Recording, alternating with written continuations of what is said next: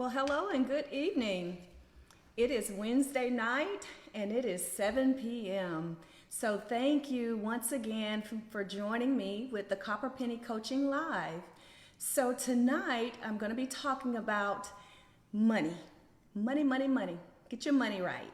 So first of all, I want you out there to stop fighting over money.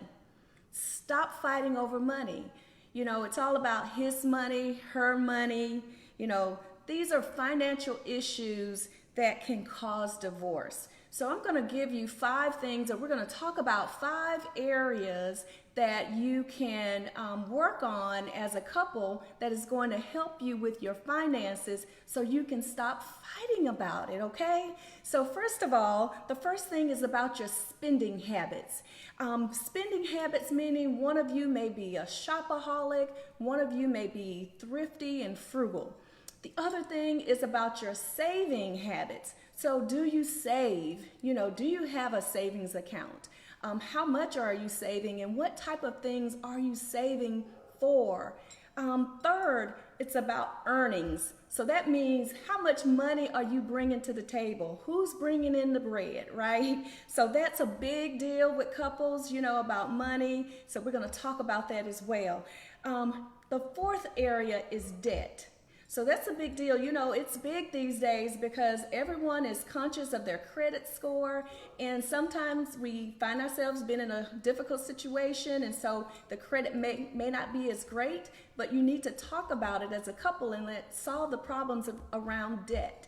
And then finally, the 5th area I'm going to talk about is about having a separate account, or should you have a joint account? And I know that when you're new and coming into a marriage, that's primary on everyone's list. It's like, should they have a joint account or should they keep things separated? So we're going to talk about those things. So I want to say hello to those of you who are out there. I am Laquita Joseph of Copper Penny Coaching. I am a relationship coach. I help couples turn their failing marriages into flourishing and loving relationships full of appreciation, passion, and understanding. I help them to reboot and reconnect so that they can regain the friendship and the fun that they once had in their marriage. So I just want to say, hey, I see all y'all out there that's waving at me. Good evening. I see Yolanda. I see Janice and Pam. All of you ladies, welcome. I'm excited to have you here tonight. So tell me, what is it that you want to get out of this talk tonight? Anybody, just drop something in the comment box, please. And just let me know, what are you looking to learn tonight? And I'm going to be patient. And I'm going to wait because I know sometimes it takes a minute for you to figure out how to get to that comment box on the phone and to type it all in. But what is it that you're looking to gain out of this? I see you all are excited about the topic. So yes, Janice saying, great topic, sister. All right. Yes, Janice. And Pam said, this is good. Okay. Yeah. What are you looking to get out of it, though? What is it that you feel like maybe in your relationship, those 5 areas that I just talked about, which one of those areas do you think is most important for you? Anyone? Learn about saving and getting out of debt. Okay, all right, that's good. That's very good. Anyone else? You know, saving and getting out of debt, you know, is just a practice. You know, one of those things, we don't come with that skill set always, so we have to practice on that. So, okay, well, I'm not going to delay any longer. Let's go ahead and we're going to jump into this, all right? So first of all, we're going to talk about spending habits.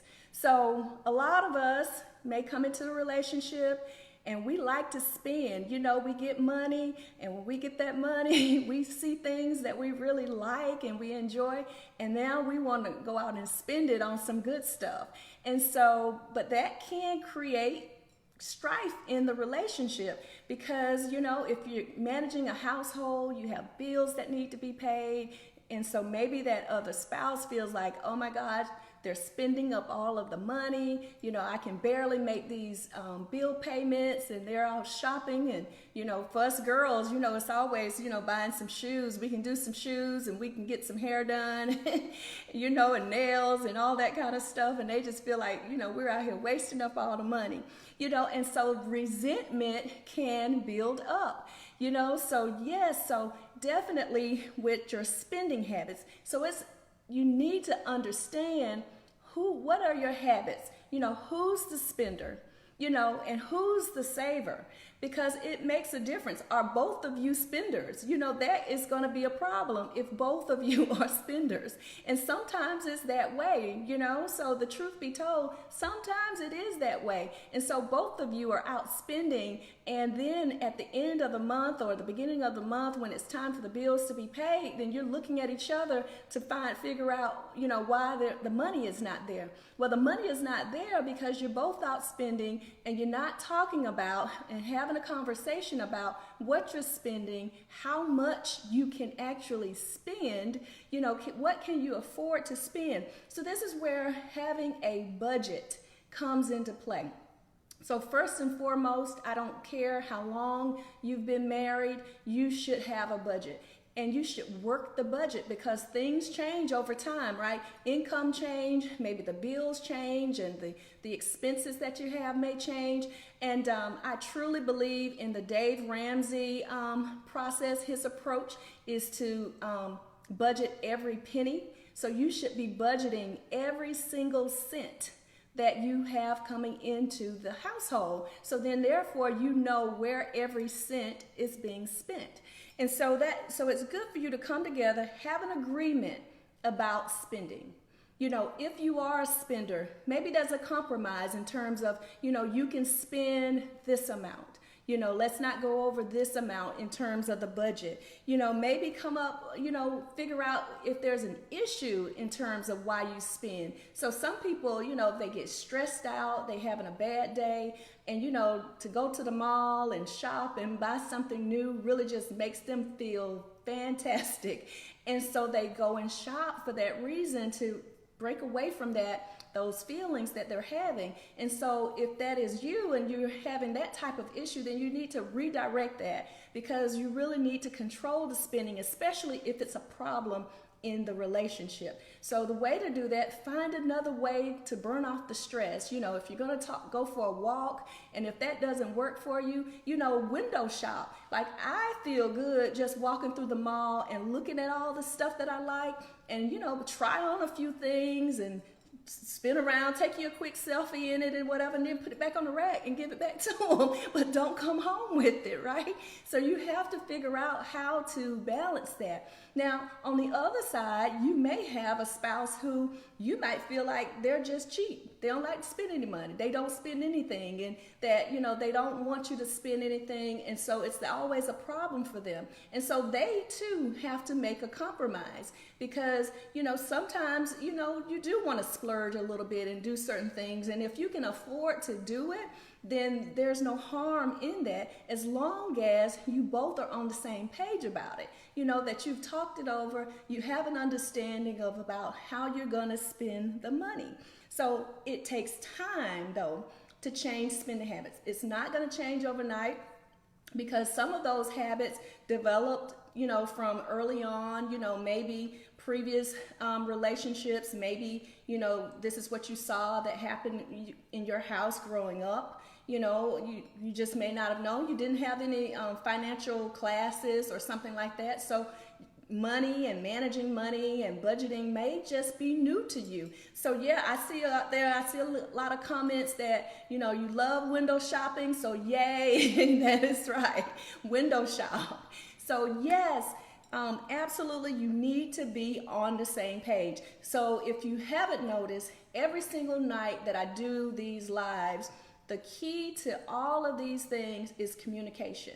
because you have to talk about it. So communication, again, is that foundation to everything, because you have to be open and honest about what you're spending, whether you're hiding those bags in the trunk and taking them upstairs and putting them in the closet and hiding them so that, your spouse, your husband don't see them, before, they get home, but it still is an impact, because really it's like a form of trust, is that if you're not talking about it, then you're hiding it, right? And you really should not be hiding anything from your spouse.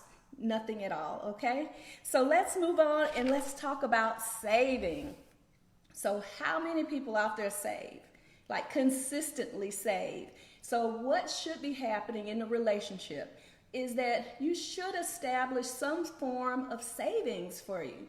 You should at least be putting away something so that you can cover whatever may pop up. And so in relationships, that can be an issue as well, because disagreements about how much should be saved, or even once you are saving, what is the money going to be spent on? People, get hung up on that. It's like, yeah, we saved it, but you may disagree on how that money should be spent. And so again, this requires conversation, agreement in advance about how you're spending the money, what you're saving for, so that therefore you don't have issues in the long run. So some of, one side may prefer to invest in stocks and do things of that nature. So you have someone that's maybe very risky, and then you have someone who is like risk averse, and they run away from anything that might be risky for them. And so you have to still create a balance. Trust in this is that understanding about how much you're going to invest one way or the other, so that each of you are comfortable, and talk about what are the risks, or what are the benefits for saving, and saving in whichever manner, right? So maybe, you may have a short runway in terms of saving for your future, and you want to be able to accumulate that faster. So being more a risk taker, taking more risk may help you to grow that much faster. Although the risk is that if it goes bad, it could go bad fast, and you could lose a lot. On the flip side, if you are the risk-averse person and you just feel more comfortable with CDs and bonds and things of that nature, you have to understand it will take a long period of time to actually grow any additional income or to make that money work for you. However, the opportunity to lose it is less. And so you still need a common ground to work through that.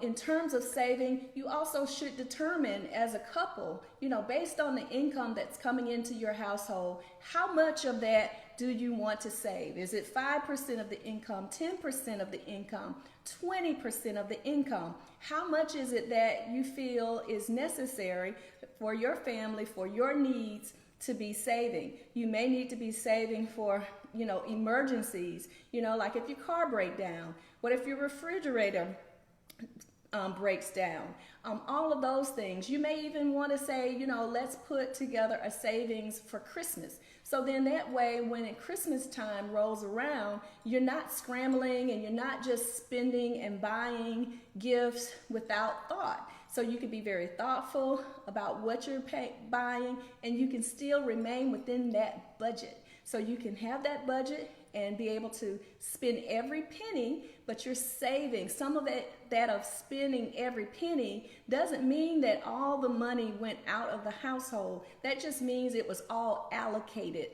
to a certain category. So some of it may have been allocated to, say, bills. Some of it may have been allocated, to whatever medical things.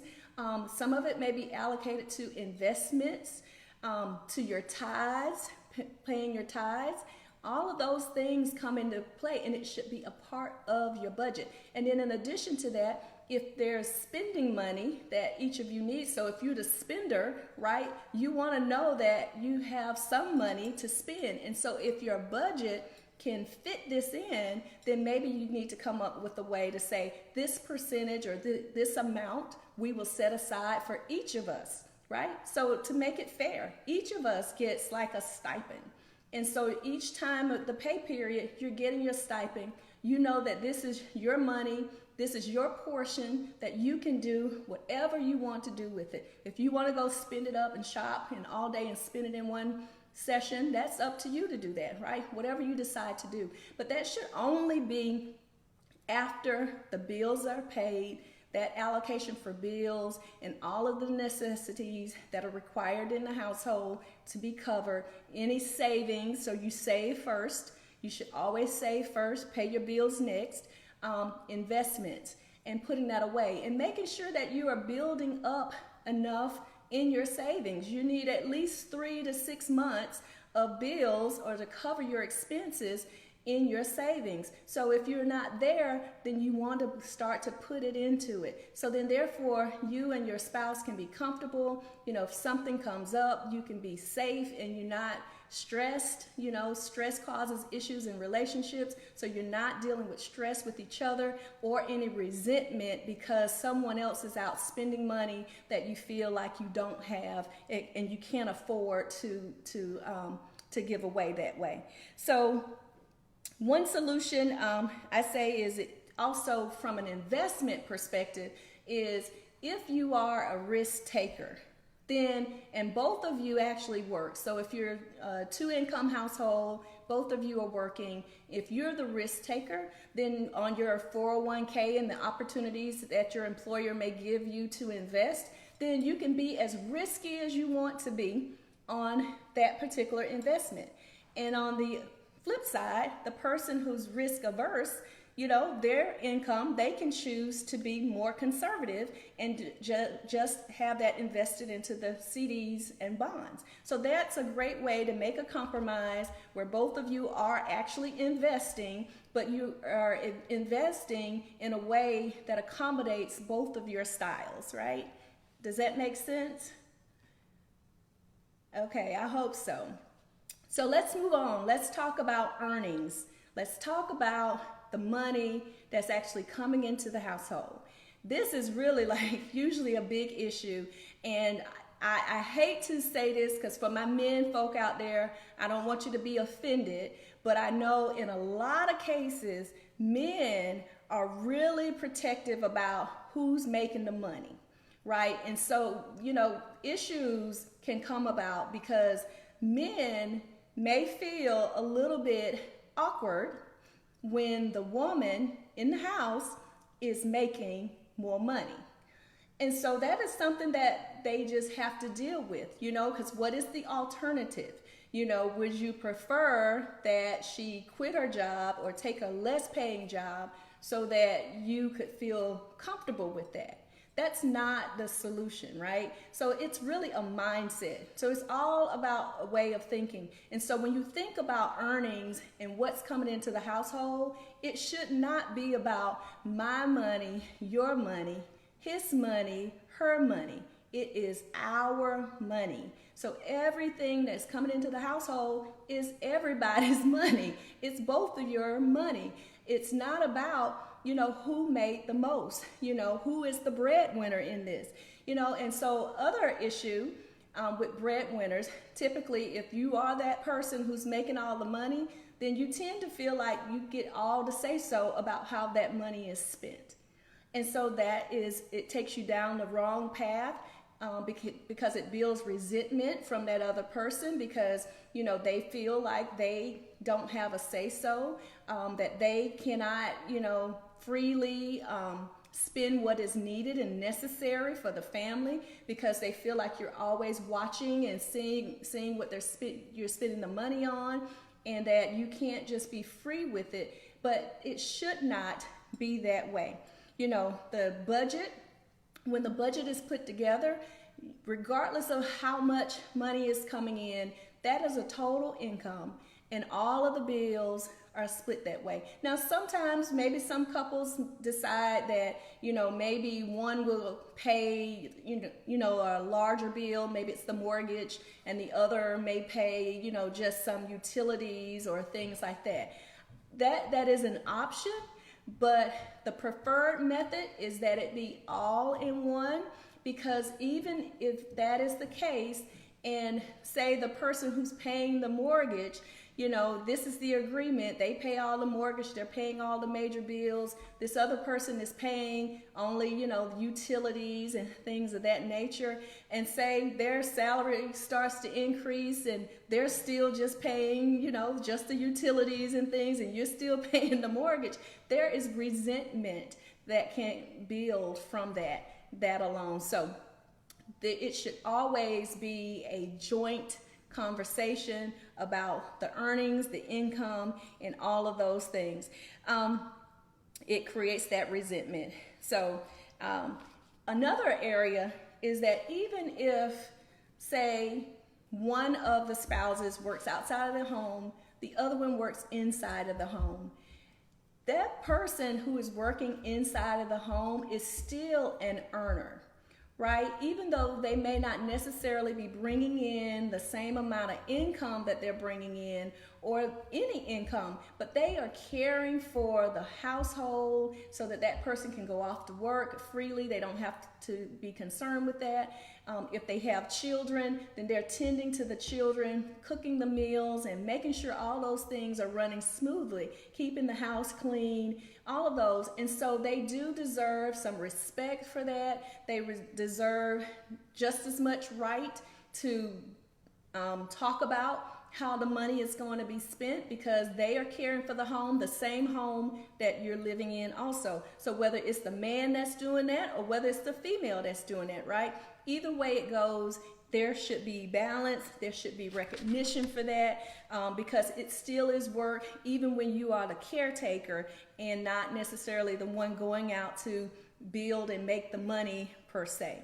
So, and then you should be dividing up chores. So even if you are someone who's the stay-at-home husband, you're the stay-at-home husband, there are certain things maybe that, the wife should come home and help with also, that the expectation that that person always takes care of everything in the household should not be, because those two things is a balance in itself. Yes, they may take on the bulk of that work, right? Because maybe they have that time, but you should allocate it based on time and based on what the other one is capable of doing, whether they're there to do it or able to do certain things, but it should still be a balance and an agreement about who's taking care of which chores, regardless of whether they are outside of the home or inside of the home. And I know that's sometimes hard for people to wrap their heads around and maybe not even agree, because I know a lot of women who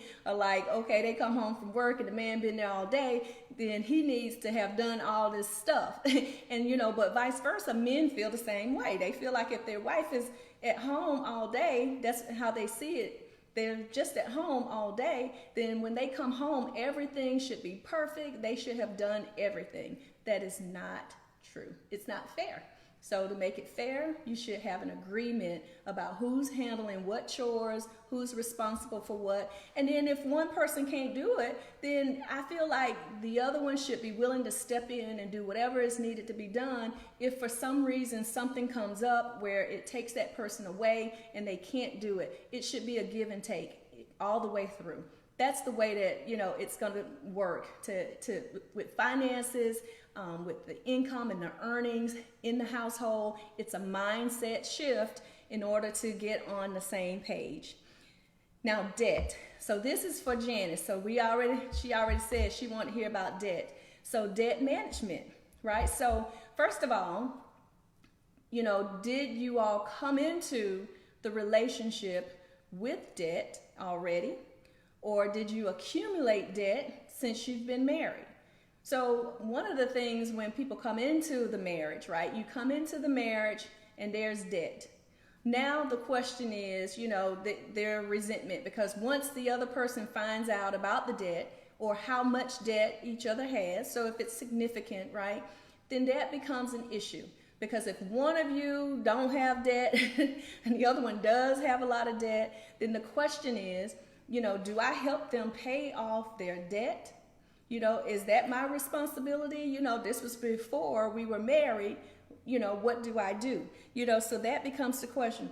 Then the other part is, should I keep my assets separate because their credit is bad and I don't want to mix up my stuff, with their stuff because they don't know how to manage their money. So that becomes a fight and an issue between couples.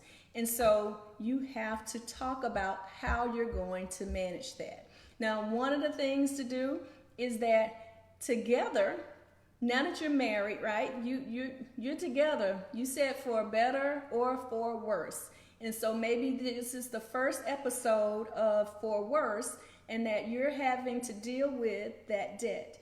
And so I think, though, coming together as a couple to talk about it, first of all, you have to be honest and lay it all out on the table. You have to be honest about how much debt it is, how bad is it, and what does it look like? Because in order to get help with your debt, you have to talk about it with somebody. And it preferably is with your spouse. So then that way you can come up with a plan of how you're going to approach it. So you come together, figure out, okay, how much debt is this? Is this $30,000, $50,000, $10,000? What does your debt look like, right? And once you figure that out, you need to say, okay, you need to come together and have an agreement that says, we're going to put so much towards this debt. Because maybe you're deciding, I want to buy a home.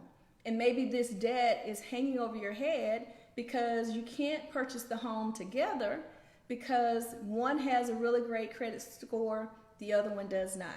So now this is an issue. And then one may have had dreams that, okay, as soon as we get married, we're going to get a house and do this. And now they can't do that. Now they have to wait and remain in an apartment or renting or something like that, when for their goals, they had anticipated that they were going to be in a home that they owned and they would be moving forward. And so now, that resentment again comes into play because now they're having to stay back and wait until they help you clean up your credit so that you can move forward together.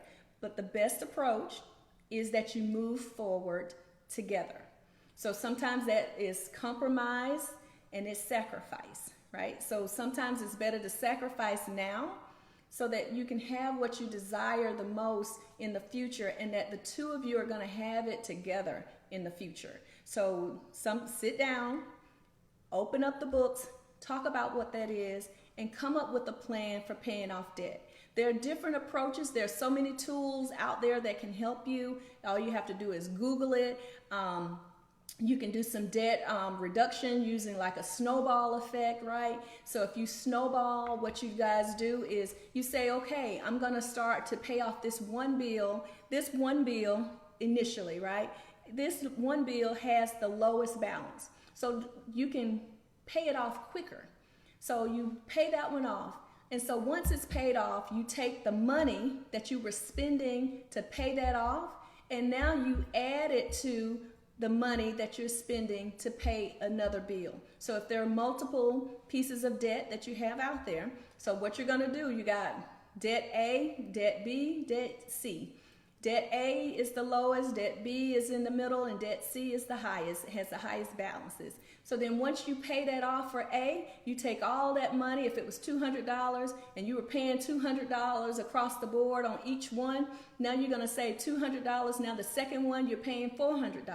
So you keep paying $400 on that one until it goes away. When it goes away, you take that $400 that you were spending there and you apply it to the debt number C. Now you're paying $600 on that debt number C. And so that's going to reduce really fast if you take that approach. Another approach is to do the avalanche.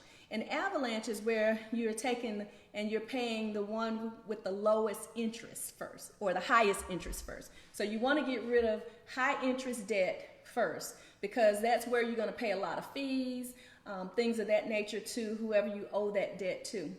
And so you're going to spend way more money in fees the longer it takes you to pay that off. So you may want to start with the high interest first, pay that off. Once it's done, then you go to the next highest interest until you pay those off, and so on and so forth. So there are solutions, there are help out there, there are free spreadsheets that'll help you to do that.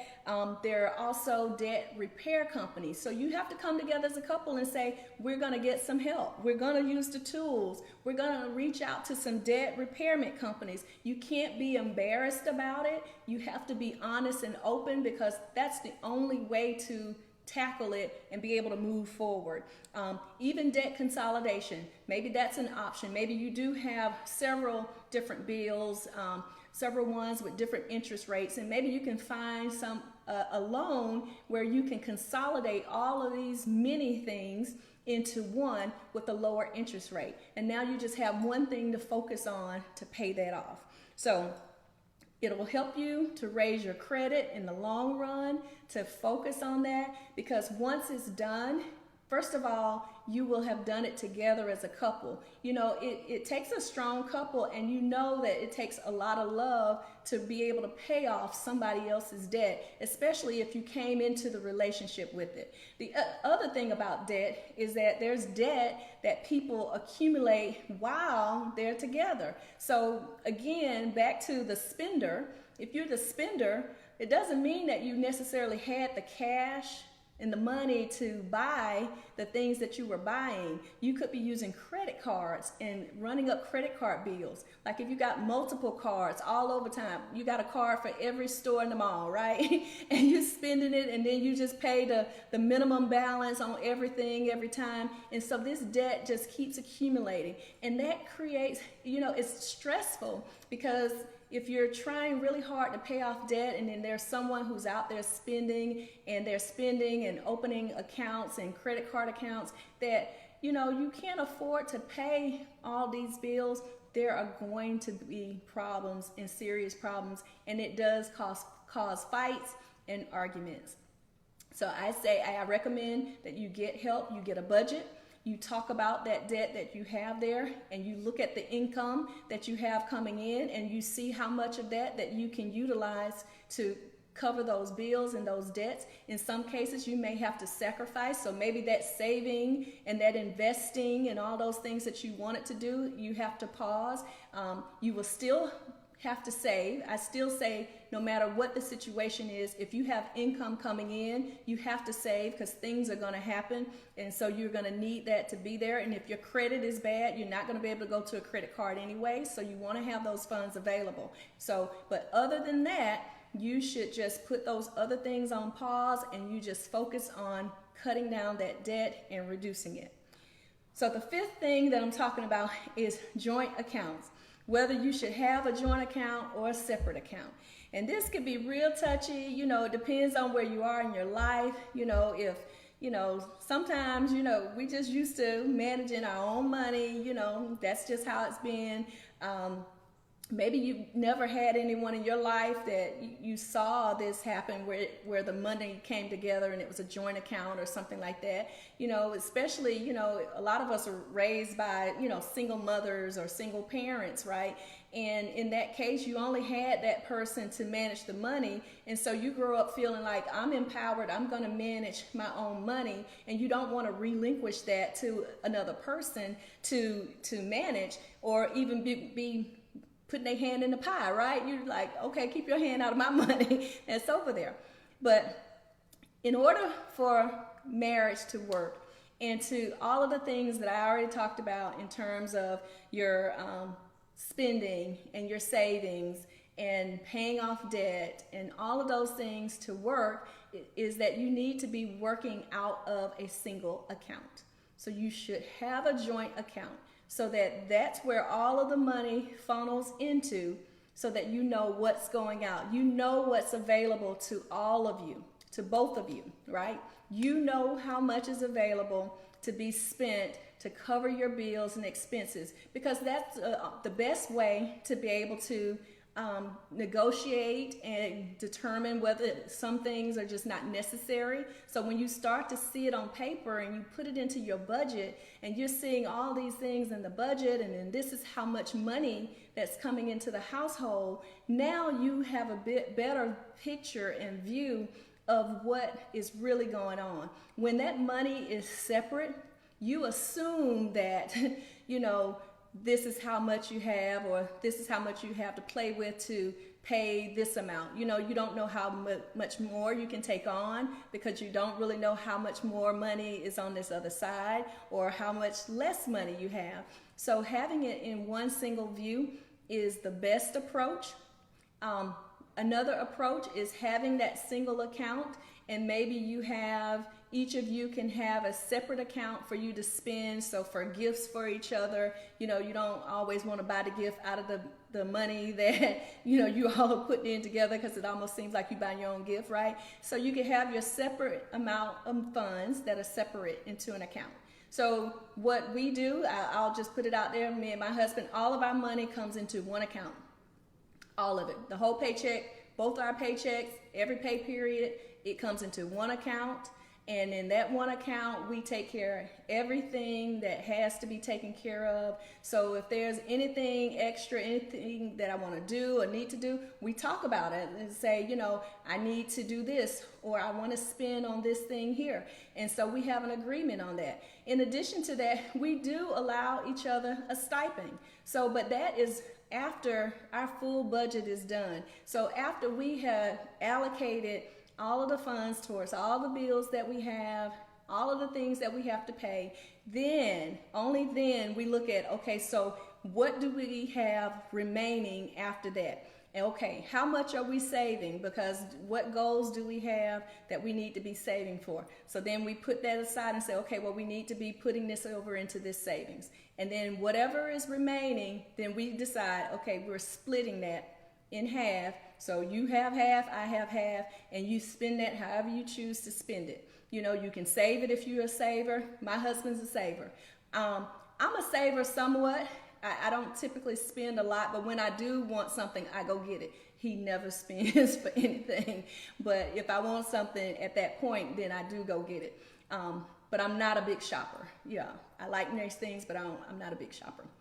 But we work that way. And so you have to come to the agreement. Again, it comes down to what works best for your relationship. And you have to talk about it. So you got to communicate. You got to be open about all of the bills and everything that's being paid. Because some things that you may look at, and the two of you, you're like, you spending how much on that? You're like, oh no, we're going to have to cut that out. And then you kind of reduce it. So in some cases, you may have to say, okay, maybe I shouldn't eat out every day for breakfast and lunch, so you tend to cut back. But only when you're able to see it and see how much money you're spending that way are you able to do that and be able to say, you know what, let me just take my lunch a couple of days and we can reduce this down. This money that I'm spending here could be used to pay down this bill, this debt that I have a little bit more. It's not necessary, it's not life or death that I have this every day. Here's an alternative for me to do this. And so you look at it that way. Okay, so the other thing about accounts, this is kind of like, I'm going to call this is the bonus segment right here, is people who are borrowing money. So sometimes you get family who want to borrow. That becomes a difficult situation in relationships, especially if they are always coming to you for something. The other spouse kind of gets a little bit, some type of way, if they are seeing that, every time you turn around, someone is asking for something. And in that case, it's a lot of times like the people don't really understand, the dynamics of what you have going on in your household. What are the bills that you need to be paying? What are y'all's responsibilities, or what you've committed to for each other? Like if you're trying to save, right, for your car, you're like, I'm trying to save money for a car, but every time I put money over here comes somebody else that want to borrow. Now it keeps taking it away, and now I can't do the things that I need to do for my household. And so it can build resentment as well. So I'm saying that to just say, you have to talk about how are you going to handle family and friends that come to you and need to borrow. It's not that you don't want to help, and sometimes, you can and you can't, but you still have to have an agreement about that, and how that's going to work in the family, because you don't want the resentment. So because the other person may feel obligated to go along with it, even though they're not happy with it, they might not like it, but they may not say anything because they don't want to cause any strife, but that resentment builds up inside of them because now, you're taking money out of their mouth, to take care of another situation. The recommendation I give, first of all, in general, to anybody that's going to loan money, I say you never loan money that you cannot afford to not get back. And I'm going to say it again. Never loan money that you cannot afford to not get back, because that is where the problem is going to come. Because if you took money that was for that light bill to help someone else, and then they don't give it back when they say they will, now you have to go deal with your spouse about that money and why that light bill money is not there. So number one, recommendation, do not do it. Number two, I think another approach is that I spoke about in the budget where you have the stipends, and each of you have a stipend. So if you do need to loan, or you think you're going to loan to family, then you can only loan as much as what you have in your stipend account. So because remember, that stipend is for you to do whatever it is that you choose to do with it. So then that way, in that regard, the spouse feels free, like, okay, you can choose to give your money if you want to. This was for you to be able to do whatever you wanted to do for yourself. But if you choose to give it away and do those things, that's your choice. And so that way you could reduce the tension that may come up about that. So I hope that there were a few nuggets that you got out of this today. I'm looking at the screen here to see some of the comments. I hear, Janice, y'all doing the same thing. So coming to agreement on the bills, yes. And I see Marquita out there saying, yep, can't do it all the time, can't loan money all the time. That's the truth. So yes, so totally agree with that.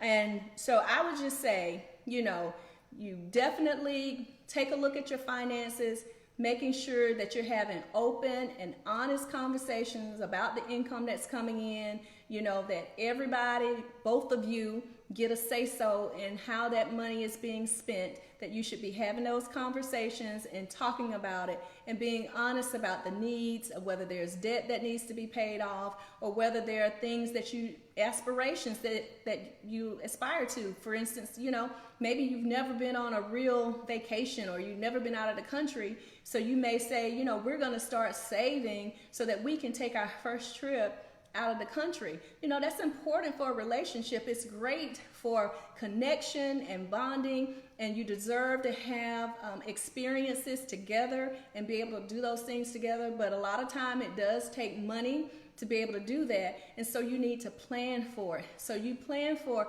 all of the things that you desire to do in the future. And the worst scenario is that if you decide not to do it, you still have the money sitting there, right? So it didn't go anywhere. You didn't just blow it on something that you don't even remember where you spent that money at. You don't know, what thing that was that time. You'll have that money that's sitting there, and you'll be able to do a lot more. And when you're able to do a lot more together, it makes the relationship much better. You're at peace. You're able to just show the love for each other. You're not stressed out about things that are going on. You can truly enjoy each other.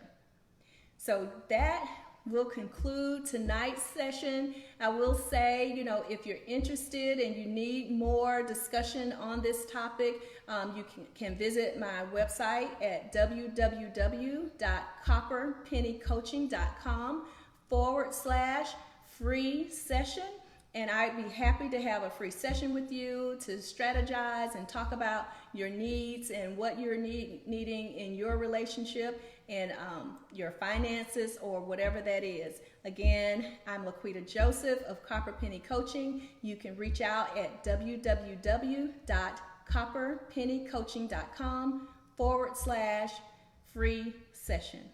All right? Thanks so much, and I'll see you again next week, same time, same place. Bye.